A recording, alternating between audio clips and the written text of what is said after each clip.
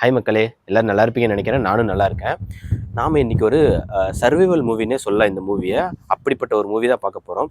ஒரு archaeological team, ஓகேங்களா, scientific research அப்படிங்கிற ஒரு டீம் என்ன பண்ணுறாங்கன்னா, அண்டார்டிகாவுக்கு போய் ஒரு ஏலியன் ஸ்பேஸ்ஷிப் கண்டுபிடிச்சிருப்பாங்க. அதை ரிசர்ச் பண்ணுறாங்க. அப்படி ரிசர்ச் பண்ணும்போது என்னென்ன விபரீதங்கள்லாம் நடக்குது அப்படிங்கிற சொல்கிற படம் தான் த திங். இது வந்து 2011 இயர் வந்து ரிலீஸ் ஆன படம். அந்த மூவியை பற்றி இன்றைக்கி நம்ம பார்க்கலாம். வாங்க நம்ம வீடியோக்குள்ளே போகலாம்.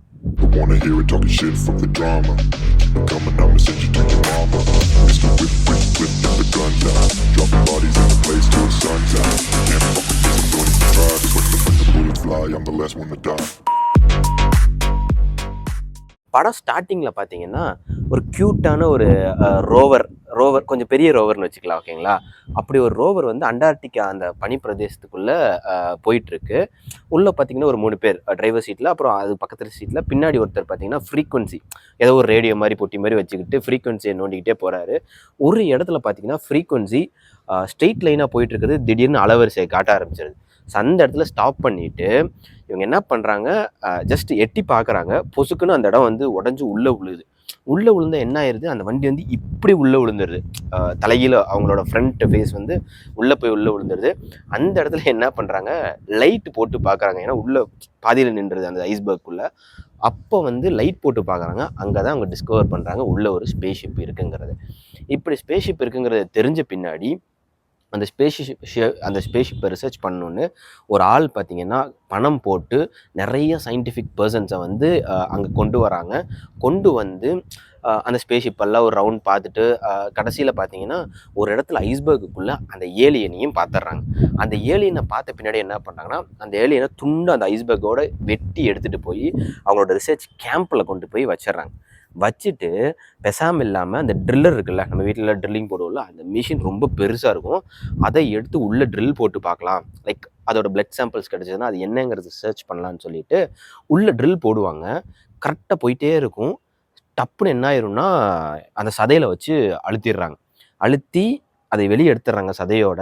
ஸோ அந்த இடத்துல என்ன ஆயிடுதுன்னா அந்த ஏலியன் வந்து முழிச்சிரும், ஓகேவா. அதை வந்து நமக்கு காட்ட மாட்டாங்க, பட் நமக்கே தெரிஞ்சிடும். ஸோ அந்த சாம்பிள் எடுத்துகிட்டு போய் ரிசர்ச் பண்ண ஆரம்பிப்பாங்க.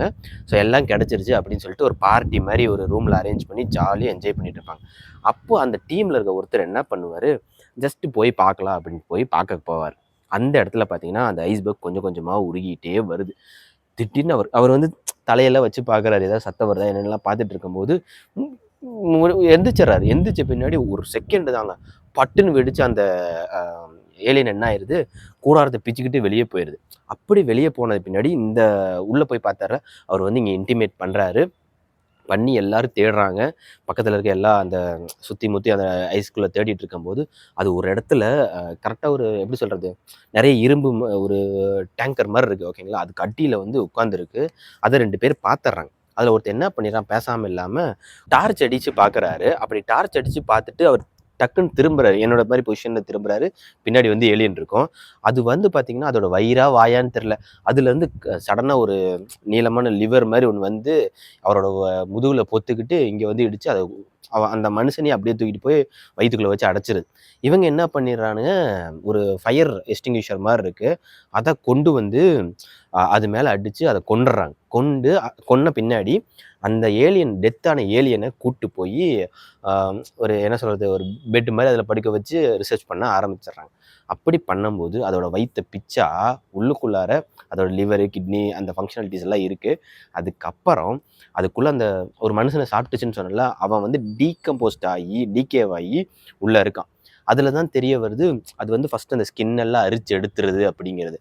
ஆனால் மெட்டலை அது அரிக்க மாட்டேங்குது. நம்ம ஸ்கின் அந்த மாதிரி ரொம்ப இலகுவான இருக்கிற அந்த மெட்டீரியலை மட்டும் அரிச்சு எடுத்துருது, அது உள்ள ஆசிட், ஓகேங்களா.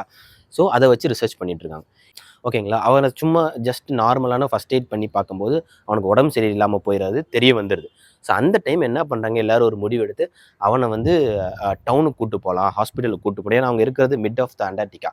ஸோ கூப்பிட்டு போகலாம் அப்படின்னு சொல்லி அவரை வந்து ஹெலிகாப்டரில் ஏற்றி கூப்பிட்டு போகிறாங்க.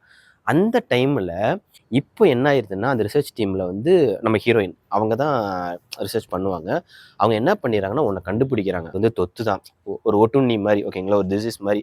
அந்த மைக்ரோஸ்கோப்பு இந்த லொட்டு லொஸ்கெல்லாம் வச்சு கண்டுபிடிச்சிடுறாங்க இது வந்து ஒரு தொத்தி வியாதின்னு. ஸோ ஹெலிகாப்டர் மேலே பறக்கவே இவங்க போய் என்ன பண்ணுறாங்கன்னா ஸ்டாப் சிக்னல் காட்டுறாங்க.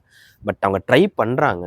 பட் என்ன ஆயிருதுன்னா அந்த ஹெலிகாப்டருக்குள்ளே ஆக்சுவலாக நம்ம என்ன நினச்சிட்டு இருப்போம், அந்த பிளட்டு விழுந்தவனுக்கு தான் அந்த தொத்து வியாதி வந்திருக்குன்னு. பட் பார்க்க போனால் அவர் கூட ஒருத்தர் போவார் ஓகேங்களா, அவருக்கு தான் அந்த தொத்து வியாதி வந்திருக்கும். உள்ள ஒரு ரணகலமே நடக்கும் அந்த ஹெலிகாப்டருக்குள்ளே. அந்த ஹெலிகாப்டர் போய் கீழே விழுந்து வெடித்து செதறதை மட்டும் நமக்கு காட்டுவாங்க. இந்த பக்கம் என்ன ஆயிடுதுன்னா அந்த ஹீரோயின் கண்டுபிடிச்சிடுறாங்க. கண்டுபிடிச்சிட்டு எல்லாத்தையும் ஒரு இடத்துல அசம்பிள் பண்ண சொல்லி அவங்க மூலியமாக என்ன பண்ணுறாங்கன்னா லைக் எல்லாத்தையும் செக் பண்ணலாம். செக் பண்ணால் தான் நமக்கு தெரியும் இது யார் யாருக்கெல்லாம் இந்த மாதிரி தொத்து வியாதி இருக்குன்னு. ஃபஸ்ட்டு யாருமே அதை கேட்க மாட்டாங்க ஓகேங்களா. கேட்காம எல்லாரும் வெளியே போவாங்க. ஏலியன் மறுபடியும் இன்னொருத்தர் மூலியமாக வந்து அட்டாக் பண்ண ஆரம்பிச்சிருது. அட்டாக் பண்ணி கொலை பண்ண ஆரம்பிச்சிருது. அந்த சமயத்தில் பார்த்தீங்கன்னா அவங்க எல்லாருமே அந்த இதுக்கு தயாராகிட்டு இருப்பாங்க. எல்லாத்தையும் அட்டாக் பண்ணுற ஏலியனை வந்து கொல்லணும்னு தயாராகிட்டு இருக்கும்போது சடனாக பார்த்தீங்கன்னா அந்த ஹெலிகாப்டர்லேருந்து கீழே விழுந்தாங்கல்ல, அதுலேருந்து 2 பேர் வந்துடுறாங்க. அதுலேருந்து 2 பேர் வந்த பின்னாடி இவங்க என்ன பண்ணிடுறாங்க, இந்த டீம் முழுக்க இவங்க அஃபெக்ட் ஆயிருக்காங்க, இவங்களை நம்ம கொண்டுறணும்னு நினச்சி கொல்ல போவாங்க. அவங்க என்ன நினச்சிட்றாங்க, இவங்க எல்லாரும் அஃபெக்ட் ஆகிட்டாங்க, இவங்களை கொல்லணும்னு நினச்சுன்னு சொல்லிட்டு ஒரு மிஸ்கம்யூனிகேஷன் நடக்கும். பட் எல்லாரும் சேர்ந்து ஒரு முடிவெடுத்து அவங்கள கொண்டு போய் ஒரு ஷெட்டு மாதிரி இருக்கும் அங்கே இது பண்ணிவிட்டு அங்கே செட்டில் பண்ணிவிட்டு இவங்க எல்லாரும் கேம்ப்குள்ளே போயிடுறாங்க. அந்த ஐ மீன் மெயின் ஆளுக்கு போயிடுறாங்க. போனால் அங்கே ஒரு டிஸ்கஷன் நடந்துகிட்ருக்கும். என்ன டிஸ்கஷன்னா இந்த அம்மா வந்து சொல்லிடும் இது நம்ம செக் பண்ணி ஆகணும்னு சொல்லிட்டு ஒவ்வொருத்தராக செக் பண்ணிகிட்டு இருப்பாங்க. அந்த சமயம் என்ன ஆயிடுது, இவங்க 2 பேரும் உள்ளே வந்துடுறாங்க. யார் 2 பேருனா அந்த ஹெலிகாப்டர்லேருந்து கீழே வந்தாங்கள்ல அவங்க உள்ளே வந்துடுறாங்க.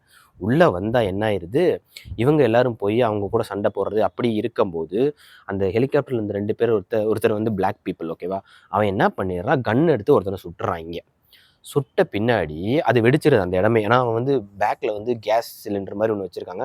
அதை வச்சு தான் ஃபயர் கன் மாதிரி ஒன்று யூஸ் பண்ணிட்டு சுட்டுட்டே இருப்பான். அது வெடித்து அந்த இடமே ஒரு மாதிரி ரணகலம் ஆயிடுது. அதுக்கப்புறம் என்ன ஆயிடுதுன்னா அந்த டீமில் இருக்க ஒருத்தன் வந்து அந்த ஏலியனால் பாதிக்கப்பட்டவன் சடனாக சேஞ்ச் ஆயிடுறான். சேஞ்ச் ஆனால் இவங்க எப்படியோ அதெல்லாம் மேனேஜ் பண்ணி கொண்டுறாங்கன்னு வைங்க. பட் சேஞ்ச் ஆன பின்னாடி இன்னொரு ரூமில் அசம்பிள் ஆவாங்க. இந்த வெடிச்சதுக்கப்புறம் இன்னொரு ரூமில் அசம்பிள் ஆவாங்க. அப்படி அசம்பிள் ஆகும்போது பார்த்தீங்கன்னா ஒரு துண்டு பீஸ் கைன்னு நினைக்கிறேன் ஓகேங்களா.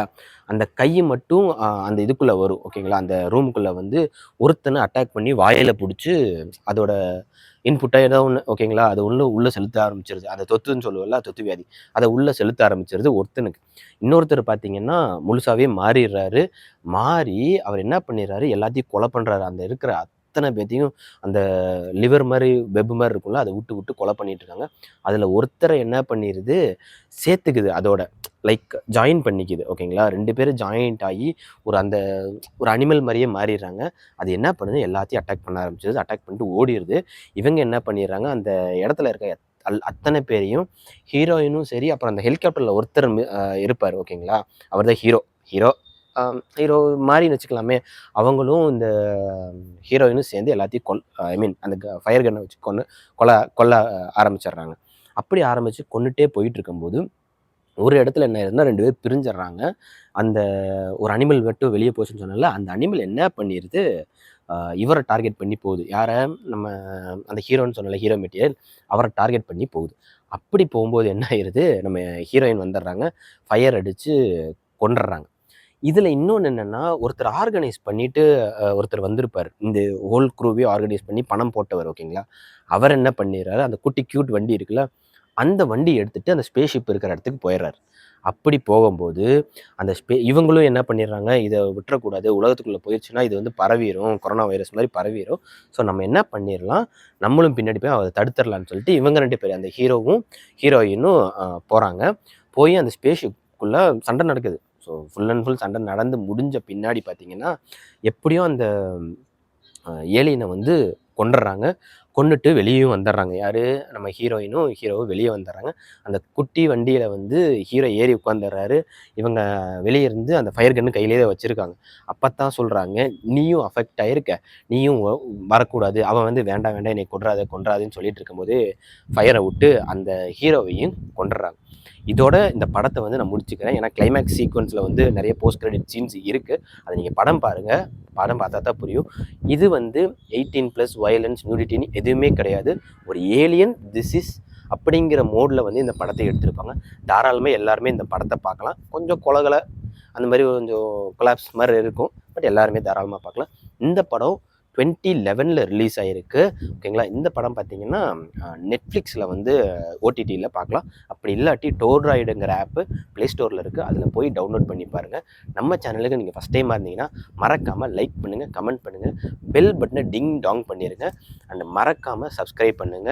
இந்த மூவிய உங்க ஃபேமிலிஸ், ஃப்ரெண்ட்ஸ், நெய்பர்ஸ் எல்லாரும் பார்த்து என்ஜாய் பண்ணுங்க. Until then signing off from Suresh and media சந்தை. பை.